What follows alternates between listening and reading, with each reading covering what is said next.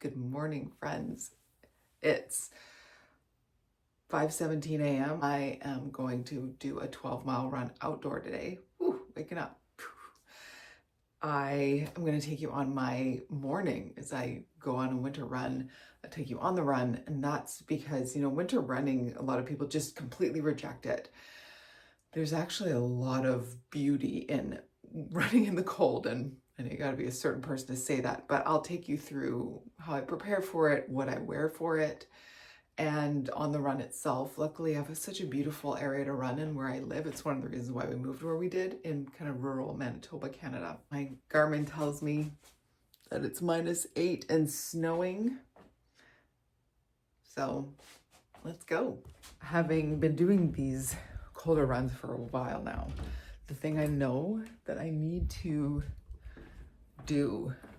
not do is procrastinate, because man alive, I can get myself, this guy's gonna come with me. I gotta hold this thing way up there. What's going on here? I'm gonna take them on the cold run outside this morning. Oh, why do I have to go? Well, you don't have to. It's so cold out there.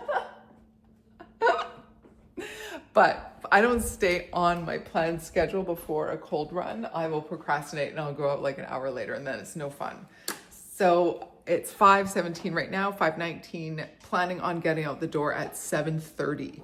Sunrise will be at 8, but 7:30 it'll be like golden hour, and I can, have my headlamp and everything. But that's the plan, is to get out the door at 7:30, which means I need to be stretching, changing at 7. Okay, I'm psyching myself up. Someone saw my little wrap on Instagram and asked if this is little Christmas trees, and yeah, kind of. I have a different bathrobe for like every season, so I like that. I'm not mad at it.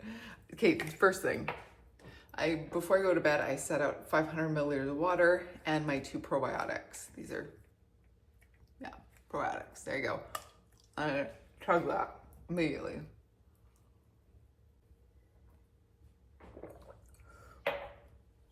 Very important. Now let's go get coffee. While the coffee brews, I am going to just prepare my oatmeal.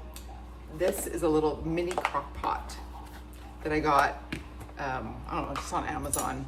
And I put my oatmeal in it overnight, and so that way it's just totally cooked. This has about 85 grams of egg white, and then about a half a cup of water on top. And then it just cooks overnight, so that in the morning, all you have to do is just stir it up. It's like the most handy thing ever. So I set it out the night before with my water. It's just ready. The strategy behind the long run meal, because the run today is 12 miles, not like 20 or anything like that, about 50 grams of carbs is what I want to have. I also made sure to have a big bowl of carbohydrate dinner last night. So I had pasta with chicken on top for dinner last night. Got a really good sleep. And so I know from that meal, my muscles, my liver have glycogen, it's just stored carbohydrates in them. And the oatmeal in here is going to it's going to be slower digesting carbs. And then I need some fast digesting carbs, which is going to be the maple syrup. So that's what it's going to be, about my 50 grams of carbs. It's very low protein. I've only got about 10 grams of protein in here. I put egg whites in here, along with water, then cooks overnight. But I'm also adding in some of my collagen. This is not a protein supplement. Like, this is not something you think, hey, I need protein, let me add collagen. That's not it at all. Collagen by itself does not have a complete amino acid profile, so it is not a substitute for protein. However, I have higher calories. I have an abundance. I have room to allow this to kind of count for 10 grams of protein, because they've added an amino acid profile here to have it be kind of like a complete protein, okay? So it's not, I get asked a lot, like, is collagen a protein? It's not. It's absolutely not. You can use like 1 scoop a day to substitute as protein if they've added a complete amino acid profile, but it is not a substitute. If I was in a diet phase, which I'm not, but if I was, and I was like, had very low calories, I would not count this at all, actually. because I would want to get my calories from food, not from a supplement. So, but anyways, but I do love this supplement. I really do think this is the reason why my hair is so long, and it just adds a little bit of an extra protein boost. Protein, I put in quotation marks, but I've been using this for years. Collagen, has all 5 sources of collagen in it, and it doesn't have any taste. It dissolves completely. That's a big thing. There you go. So here we go, 10 grams of this. And then adding, sorry, showing my little workstation here. And I'll add in, I love to measure the macros because I like to be a scientist with my food. I want to know which levers to pull. If something's not working, what happens if I pull the protein or the carbs or, so yeah, just mix it all together. And because I just took it out of the compartment thing right now, it's pretty hot. So I'm gonna have my coffee next. I'm just gonna kind of let that sit and cool for a little bit. I'm gonna have my coffee, enjoy my morning, and then get ready. Coffee, and we have about 45 minutes, yeah, I think, till I'm gonna have my breakfast. Yeah, some people like to just get up and go and just get into the pain and suffering of the cold, but me, I need some coziness first. I'm all about the cozy. Here we go.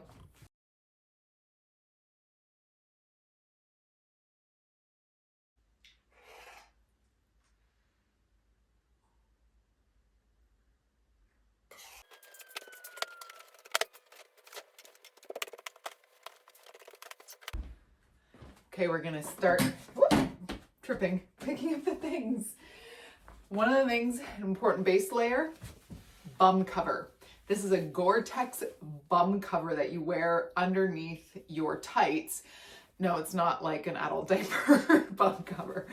But what it does is got an extra layer because women, like our butts will get really cold running in the winter. Now there is a male version of this that has a little extra coverage in the front to protect the guys, okay? But for women, it gives us a little bit of extra coverage for warmth in the buttocks. So that's layer number 1. Over top of the buttocks cover, we've got just thermal tights. These are by a company called Sugoi. I'm not sponsored by them. You can see this, this is like almost rubbing off. I've had these for 5 years.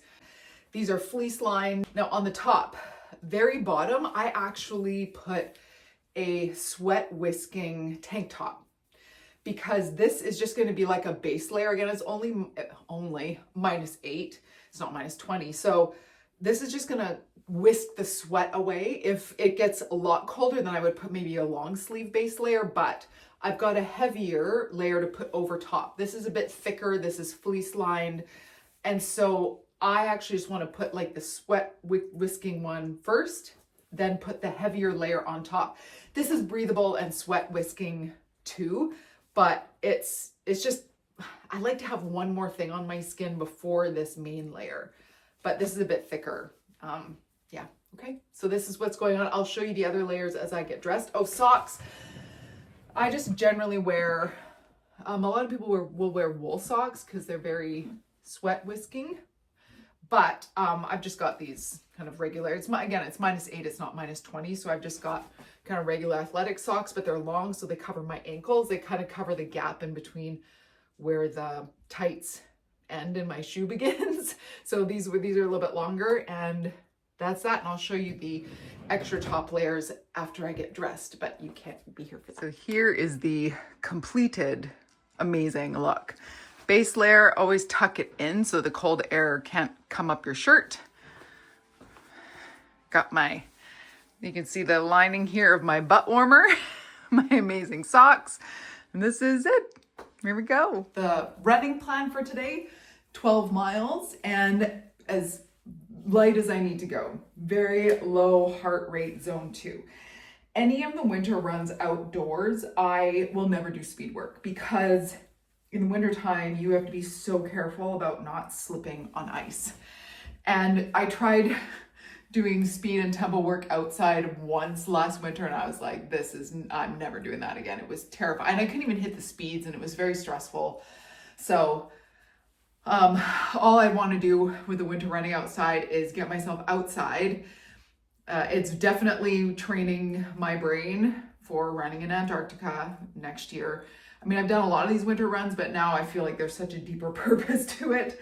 And really it's, you know, yeah, not being crazy, just getting miles under your feet, getting used to being outside in the cold, training my mind for that. And because actually here in the prairies, it can be ruthlessly windy along with the cold. And that is soul crushing. And I'm really working on just priming my brain that that is a very real possibility of what's going to happen in Antarctica next year. It happened this year for them. It was like -20 with like 30, 40 mile per hour winds. And that can crush you if you, I mean, even the most mentally prepared person, it's difficult. So that's really what I'm trying to do, is just get myself really mentally prepared for it. More layers. This is just a very thin North Face vest. I put that on over top. It's getting light outside, so it's good. I won't have to take my headlamp. We're waiting just an extra 10 minutes to leave. Yeah, then I won't have to wear my headlamp. Then a thin jacket on top. This is more of like a windbreaker than anything. And this goes over top. If it was colder than -8, my base layer, like I put on this tank top, right? My base layer would be a long sleeve. So that's kind of the big difference. And also on my bottoms, I would have like wind pants as well. But right now, just because it's -8, I'm putting on, I just have the bum warmer and then the tights. Oh, the bum warmer, very uncomfortable though. Very uncomfortable. Putting on a toque. This is fleece lined. It's that company Sugoi again. I'm not sponsored by any of these people. I've just had this gear for a very long time. This one has a little break in the back for like a ponytail. I want to make sure that covers your ears really well. I think I need to move my ponytail down even more. Yeah, I know. I look amazing. I look amazing right now. For your hands, I've got these. I've had these for so long. Actually, I probably maybe should get new ones. These are gloves that will double as little mittens. So when you put your hands in them, oops, wrong hand. Yeah, I have a rip in mine. Oh well, gotta fix that later. Anyways, but gloves, then you can pull this little thing over so it can double as mittens. But when you don't use it, what you do is you just tuck it away like that. Easy peasy. Taking my Nathan water pack. Sometimes in the winter, like these little nozzles will freeze, but you can just twist it off. I find because the water's getting jostled around so much that it doesn't really freeze in -8. Colder, we have a different situation. But I'm gonna pack this up. I've got 2 Martin gels. 100 calories each, 25 grams of carbs. I'll take one at 40 and then at 80 minutes. These just go in here. And then the phone, which I will put in here to play my music and to talk to all of you. Got my dog spray because last winter I encountered some pretty mean dogs off leash, so I don't mess around with that anymore. This is going to go on my pack here. And I'm going to take an electrolyte pill, and that's it. Some sodium, magnesium, potassium. I do not like to drink my electrolytes. Oh, sweet stuff while I'm running. Ugh. Ugh. So I like these gels. They don't really taste like anything. They taste like sugar flavored water jello. If that makes any sense. One thing that I learned with shoes and running out in the wintertime, yes, you can get like ones with more grip. I don't need them. There's not a lot of snow on the ground this morning. You don't want a shoe with a ton of cushion because you'll feel unstable, and if it's a little slippery, it's just not good. So these are a little bit flatter. They're still nice and cushioned, and I've got the Blue Maca insole, but you want to make sure you feel stable, as stable as possible from the ice and the snow. All right, we're off. These neoprene face masks, so helpful. Wait, look at, we're about to go around a couple banks. Anyways, I just realized my phone is like dying, so I don't know if there's going to be very much coverage from this run, but we're off. 8 miles in. I had so many things I wanted to say, but my phone's about to die. So here's the view.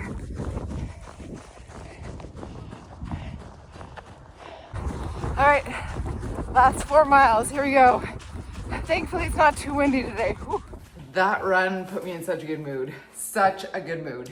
I'm going to now, so post run, so it's 10 a.m. right now. So good. I am going to eat. I'm going to eat something right now.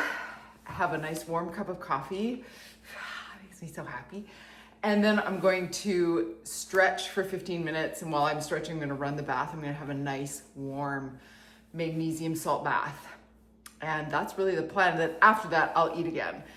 After the run is when I really want to get food in me as quickly as possible to replenish the glycogen stores. Because what you eat post-run, so I'm just saving this right now, what you eat post-run is setting you up for your next run.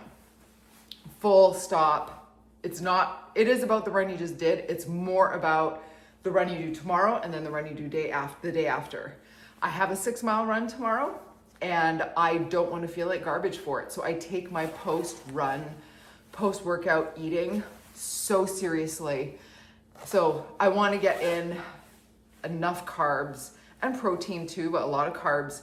And so I break it up into 2 meals. So I'm going to have my breakfast number 2 right now with a nice warm cup of coffee.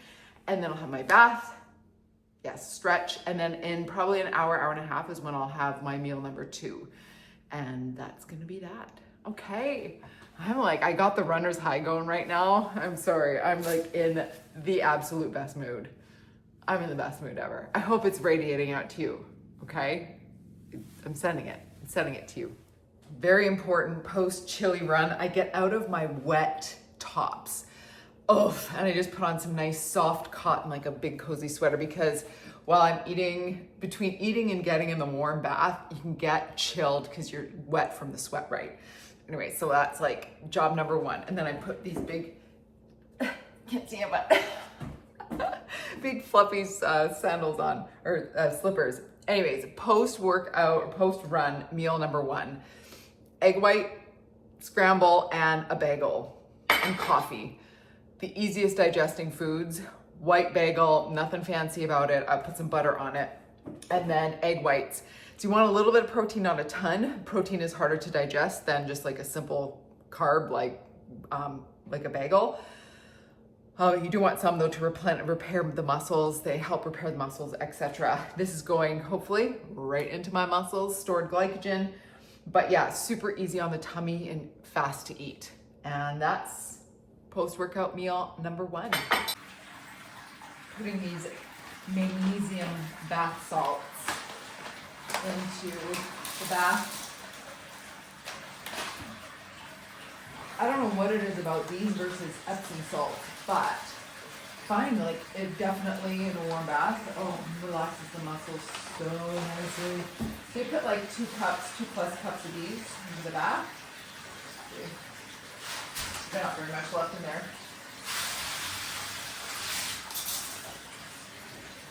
Oops. Okay, there you go. I got these ones off of Amazon. I found them a while ago. Coach soap. Sponge are really, really good. So, highly recommend.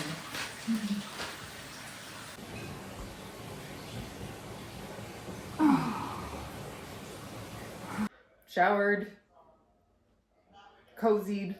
Now I'm ready to have my next meal. This has been lunch I've had for I don't know how many years. This is a variation on this theme. It's so simple, just simple macros. So there's white rice for carbs, for starchy carbs. Underneath there is Brussels sprouts because you need to eat some vegetables, green veggies, ground chicken breast, and then an avocado on top for some really healthy fats.